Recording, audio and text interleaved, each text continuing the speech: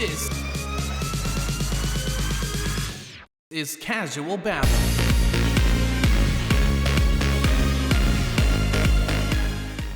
Welcome to Casual Babble. I'm your host, BC Babbles, and today we're going to kick off our next Entrepreneur Spotlight, our 3-part series, this one featuring one of my newest colleagues, Alan Lazaros of Next Level University. Now, for context, whenever I have a guest who has a story that can cut emotionally deep, I'm always very cautious about their boundaries.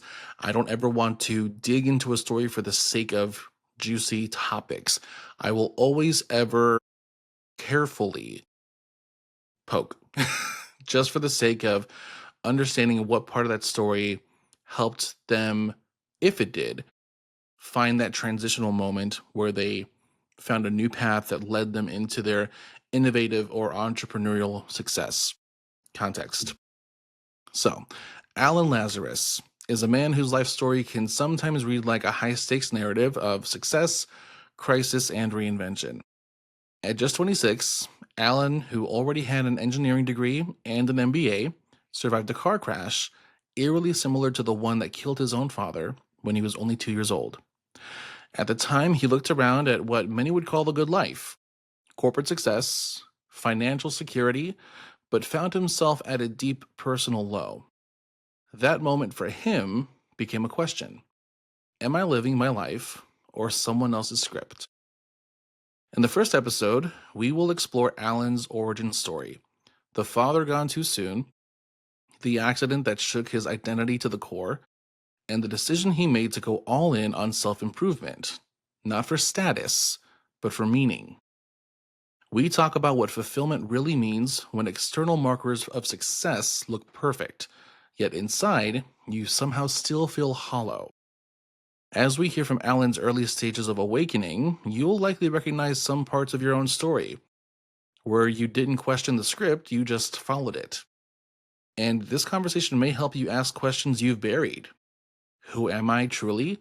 What do I want? And perhaps most importantly, what am I going to choose to build moving forward?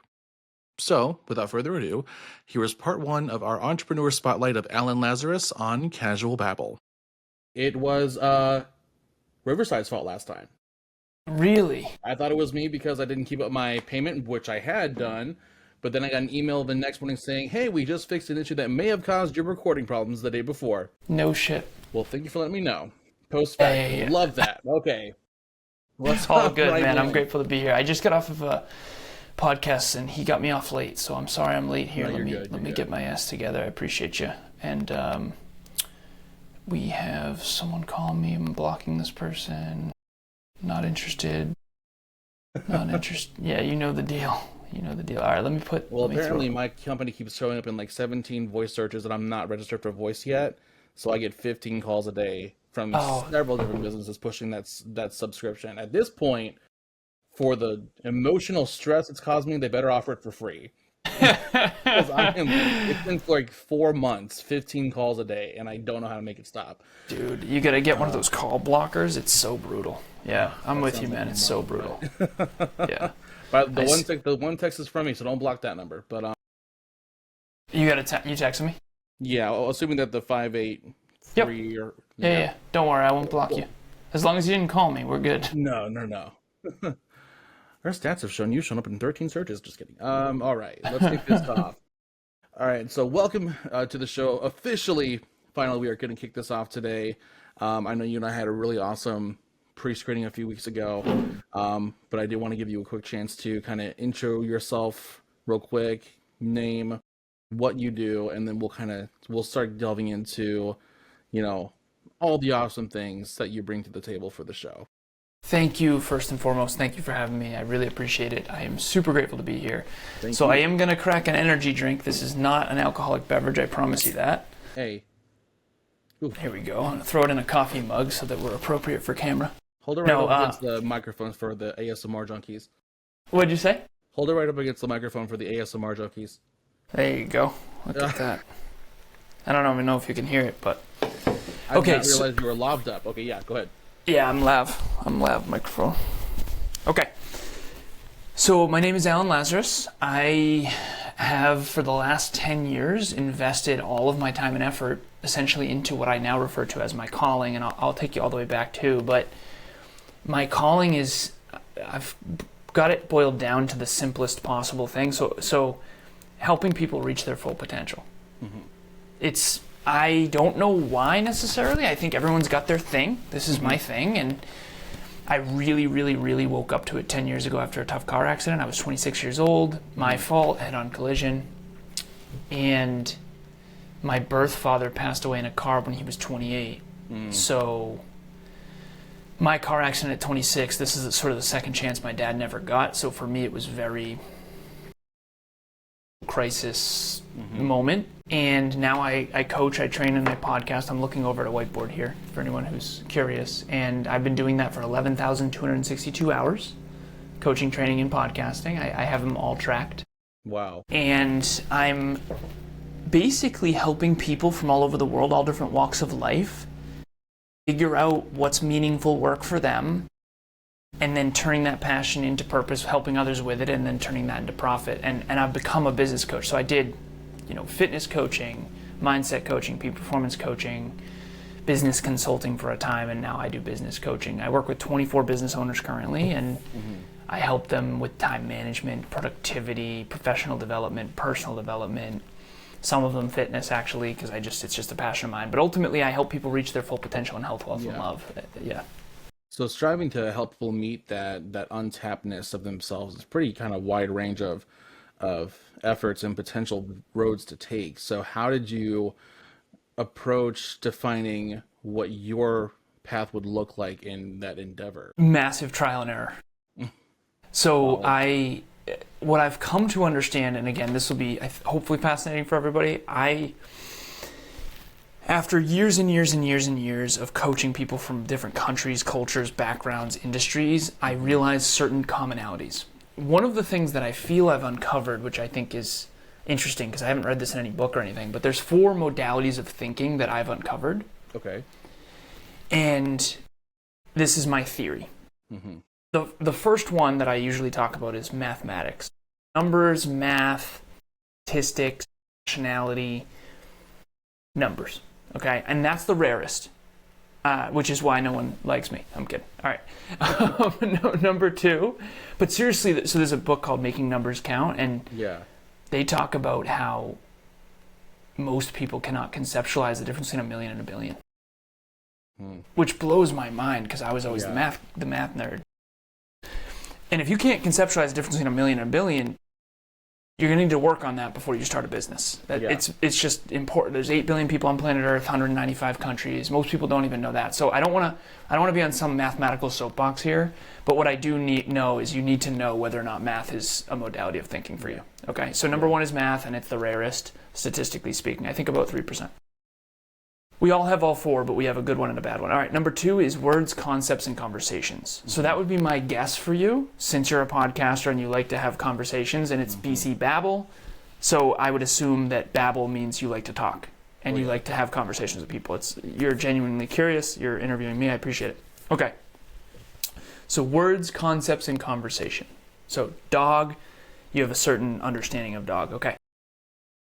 The third one is vision, pictures, and images. Okay.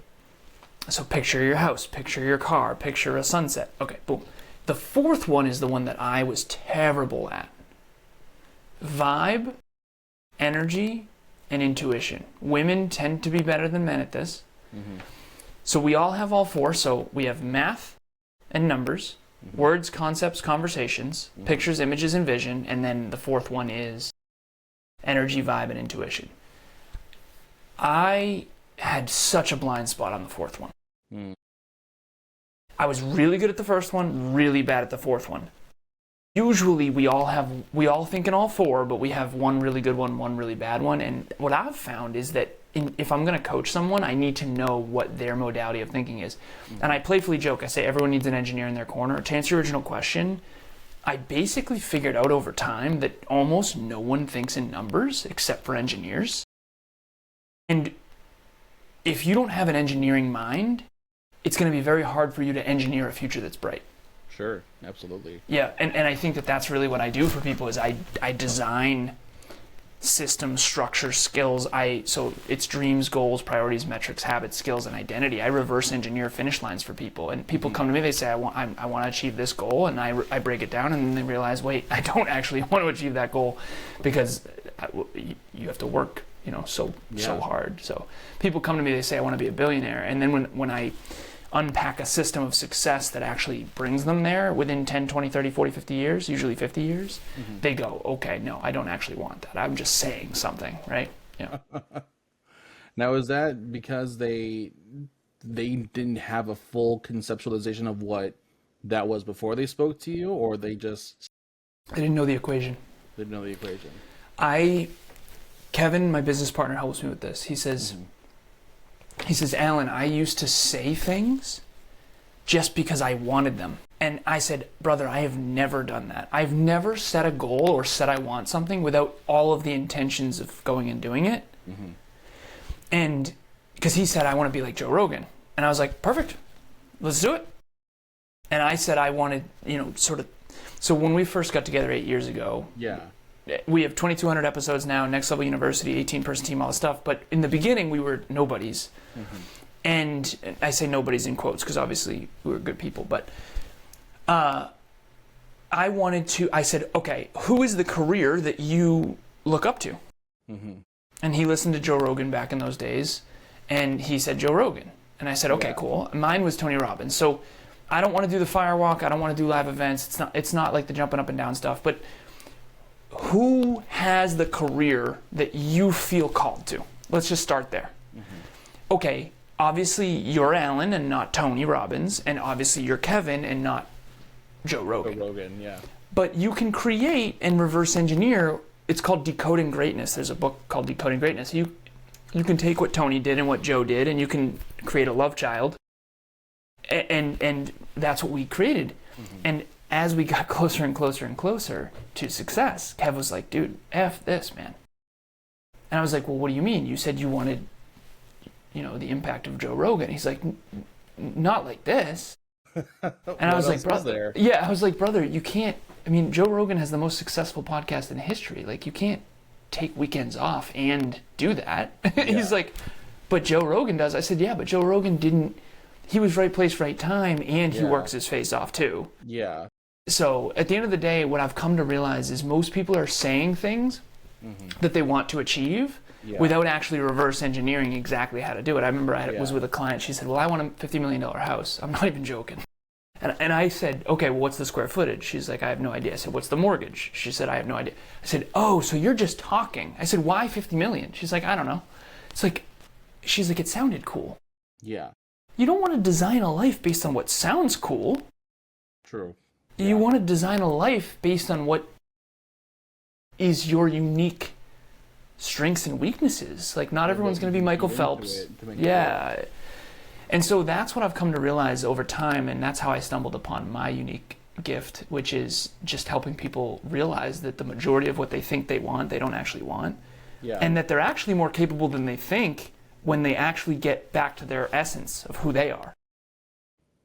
Now, out of curiosity, out of the idea of having a love child between Tony Robbins and Joe Rogan, basic logistical approach, would that be more like hybridizing them as they are and then reverse engineering, or reverse engineering them individually, then restructuring from the bottom up? Great question. What I would do is I would start with taking apart each of their careers.